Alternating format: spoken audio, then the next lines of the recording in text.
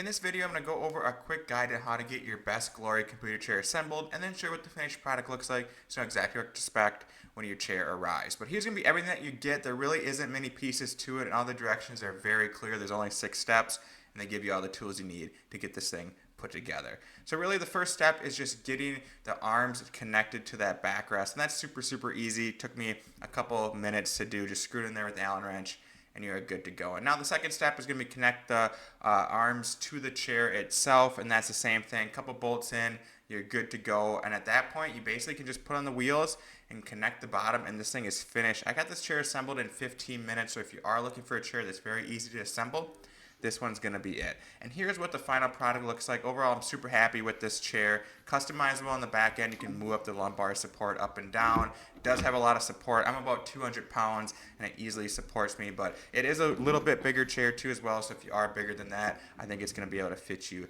very nicely. But overall, I'm super happy with this computer chair. It was affordable, easy to put together. It's been working great for me, so I give it 2 thumbs up.